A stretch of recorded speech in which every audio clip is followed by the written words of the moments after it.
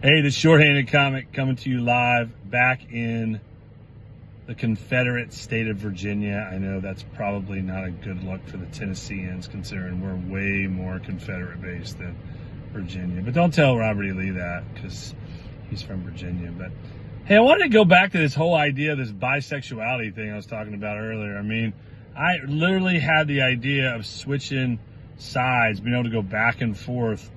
And I really am still trying to kind of digest that a little bit. Like, what does that look like? I mean, I don't have any problem with people that want to be bisexual. I just don't know if I can pull it off. I mean, I am, I could look, the other way. I could switch teams. I could plug the dam. I thought about, corking the screw. I don't know. I mean, what is it like to be that way? What is it like to have that role, I mean, to have that access to the equipment? I'm not sure what that really looks like in extenuating circumstances. Is it like a fire drill?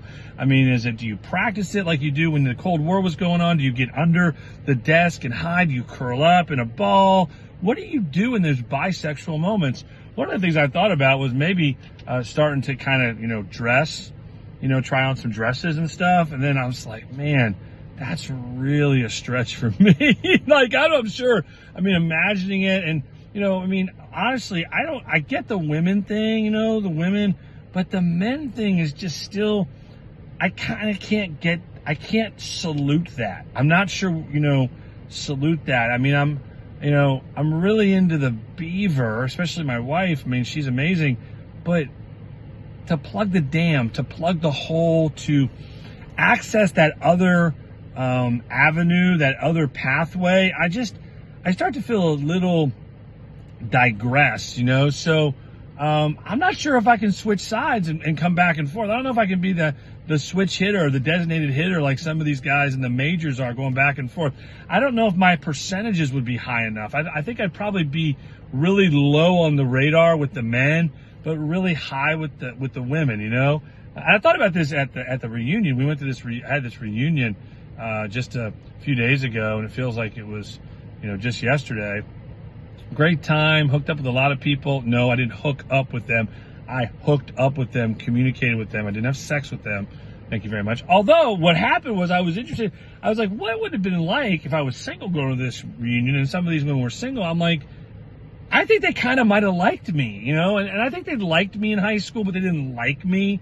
I wasn't one of the, avant-garde men of, I wasn't Matt Casey, man. Matt is awesome. I love Matt, but he's super. He was there at the reunion. It was cool. Matt was always a cool guy. I'm just picking on him. But what would it have been like to date some of these girls? And I got a little message for y'all back there in the Memphis area. I think you would have liked me. I really do. I think you would have liked me. I think I was just too ADHD back then before there was a diagnosis. I was just so all over the place.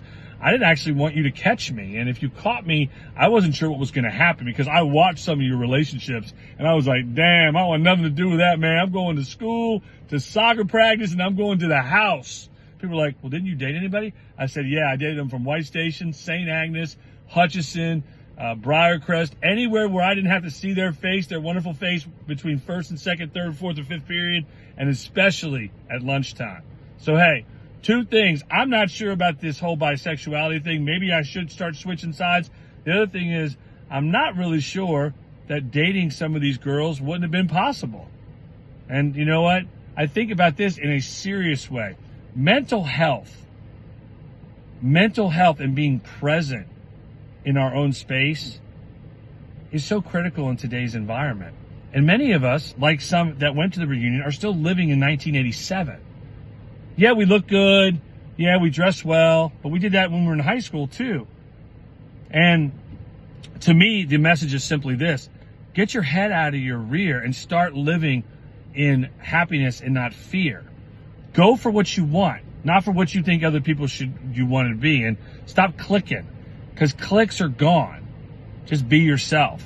If we had more people being themselves right now in this present moment, we'd have better leaders.